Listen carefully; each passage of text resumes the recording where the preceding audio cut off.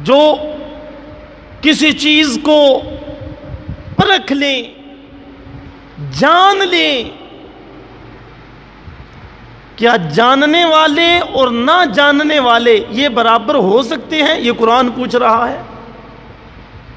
هل يستوي الذين يعلمون والذين لا يعلمون، کیا وہ لوگ جو نہیں جانتے اور وہ لوگ جو جانتے ہیں، کیا یہ دونوں آپس میں برابر ہو سکتے ہیں؟ کبھی نہیں ہو سکتے۔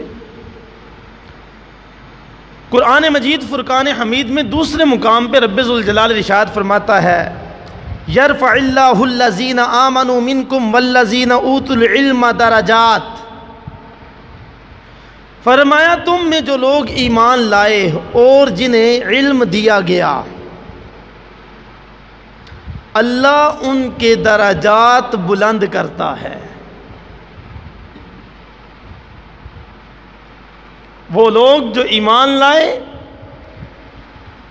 جن کو رب تعالی نے علم کی دولت سے مالا مال کیا، اگرچہ فقراء میں ہیں، اگرچہ تمہاری نظروں میں ان کا مرتبہ کم ہے،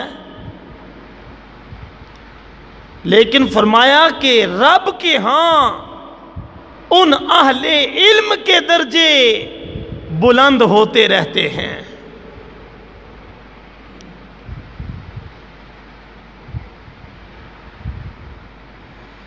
عن معاویہ رضی اللہ تعالی عنہ قال قال رسول اللہ صلی اللہ علیہ وسلم من یرد اللہ بہ خیرا یفقہہ فی الدین وَإِنَّمَا أَنَا قَاسِمٌ وَاللَّهُ يُعْطِي۔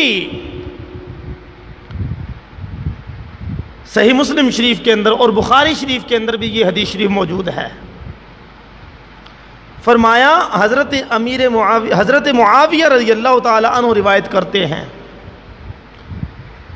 کہ رسول اللہ صلی اللہ علیہ وسلم نے فرمایا کہ اللہ جس کے حق میں بھلائی کا ارادہ فرماتا ہے، اللہ جس کے ساتھ بھلائی کا ارادہ فرماتا ہے، واللہ خیرًا یفقہہ فی الدین، فرمایا اللہ اس کو دین کی سمجھ عطا فرما دیتا ہے۔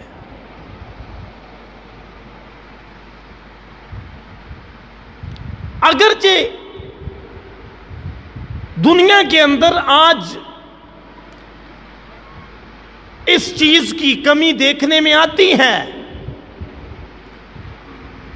لیکن جن کو دنیا اچھا سمجھے ضروری نہیں کہ رب کے ہاں بھی وہ اچھے ہوں، یہ ضروری نہیں، اور جن کو دنیا برا سمجھے یہ بھی ضروری نہیں کہ رب کے ہاں بھی وہ برے ہیں، بلکہ دنیا کے دھتکارے ہوئے لوگ رب تعالی ان کو اپنا دوست رکھتا ہے، اکثر ایسے ہوتے ہیں۔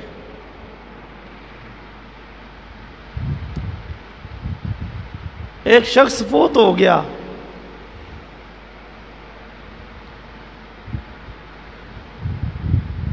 تو تھا گناہگار، بڑا تنگ کرتا تھا لوگوں کو، اور لوگ اس سے بڑی نفرت رکھتے تھے۔ جب وہ فوت ہوا، لوگوں نے اٹھا کے اسے کوڑے کے ڈھیر پہ پھینک دیا۔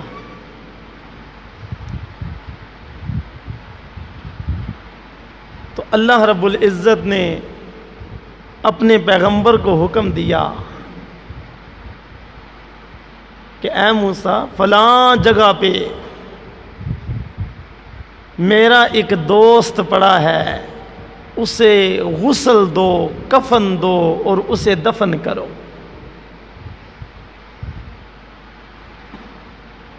آپ گئے، جا کے دیکھا، لوگوں سے دریافت کیا، لوگوں نے کہا جناب یہ بڑا گناہگار آدمی تھا، اور اس کو تو دنیا میں کوئی اچھا سمجھتے ہی نہیں۔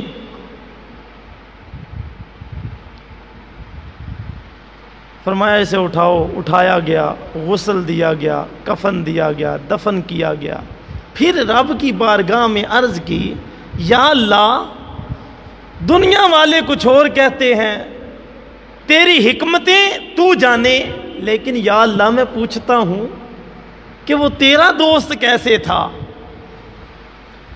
فرمایا ایک دن وہ کتاب پڑھ رہا تھا اور اس کتاب میں میرے آخری پیغمبر کا نام لکھا ہوا تھا۔ فرمایا جب میرے آخری پیغمبر کا نام اس نے دیکھا، اس نے وہ نام چوما اور چوم کے اپنی آنکھوں پہ لگایا۔ فرمایا اس دن سے ہم نے اسے اپنا دوست بنا لیا تھا۔ دنیا والوں کی نظر میں بندہ برا ہو، ضروری تو نہیں کہ رب کی بارگاہ میں بھی وہ برا ہے۔ قائد اہل سنت نے کہا یقیناً اس چراغ رہ گزر کا بھی خدا تو ہے، کوئی نہ ہو سب چھوڑ جائیں، کوئی ساتھ دینے والا نہ ہو، یقیناً اس چراغ رہ گزر کا بھی خدا تو ہے، اسے بھی مصطفیٰ کی آل کی شفقت نے پالا ہے۔ نہ بولے کوئی بھی میری حمایت میں تو کیا ڈر ہے، خدا و مصطفیٰ کی ذات نے مجھ کو سنبھالا ہے۔ تو فرمایا کہ جس کے ساتھ اللہ بھلائی کا ارادہ فرماتا ہے اس کو کیا کرتا ہے؟ دین کی سمجھ عطا فرما دیتا ہے۔ اور پھر فرمایا وَإِنَّمَا أَنَا قَاسِمٌ وَاللَّهُ يُعْطِي، فرمایا بے شک میں تقسیم کرتا ہوں، اللہ مجھے عطا فرماتا ہے۔ انما انا قاسم واللہ یعطی، اللہ عطا کرتا ہے اور میں کیا کرتا ہوں؟ تقسیم حضور کیسے فرماتے ہیں؟ حضرت ابو ہریرہ رضی اللہ تعالی عنہ عرض کرتے ہیں، یا رسول اللہ بات سنتا ہوں بھول جاتا ہوں، میرے لیے کوئی دعا فرمائیں کہ میں آپ کی باتیں سنوں اور یاد رکھوں۔ حضور نے فرمایا ابو ہریرہ اپنا دامن پھیلاؤ۔ حضرت ابو ہریرہ نے اس طرح دامن پھیلایا، حضور نے 3 دفعہ ایسے بھرا اور ابو ہریرہ کے دامن میں ڈالا، 3 دفعہ ایسے بھرا دامن میں ڈالا۔ فرمایا یہ لے۔ حضرت ابو ہریرہ نے کیا کیا؟ اس کو سمیٹا اور سینے سے لگایا اور چلے گئے۔ اب یہاں پہ 2 چیزیں پیش نظر رہیں۔ پہلی چیز یہ، حضرت ابو ہریرہ کو عقل تھی نا۔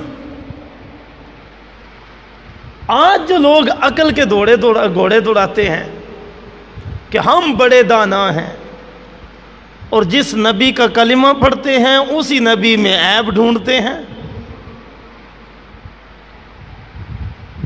جس نبی کا کلمہ پڑھا لا الہ الا اللہ محمد رسول اللہ، کلمہ پڑھا، جس پہ نماز میں درود بھیجتے ہیں السلام علیکہ ایھا النبی، لیکن کہتے ہیں نہیں کلمہ تو ہم پڑھتے ہیں لیکن وہ جانتے کچھ نہیں، کلمہ تو ہم پڑھتے ہیں وہ دے کچھ نہیں سکتے، کلمہ تو ہم پڑھتے ہیں وہ کر کچھ نہیں سکتے۔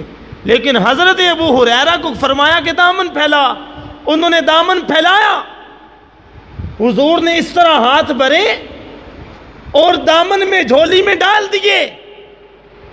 اب حضرت ابو ہریرہ نے یہ نہیں کہا یا رسول اللہ میں کو بچہ تھوڑے ہی ہوں کہ اس طرح کرتے ہیں ڈال دیتے ہیں، نظر تو کچھ آ نہیں رہا۔ حضرت ابو ہریرہ جانتے تھے یہ علم کی خیرات رب سے لے رہے ہیں اور ابو ہریرہ کو دے رہے ہیں۔ نہ کوئی اعتراض تھا، نہ انہوں نے یہ کہا کہ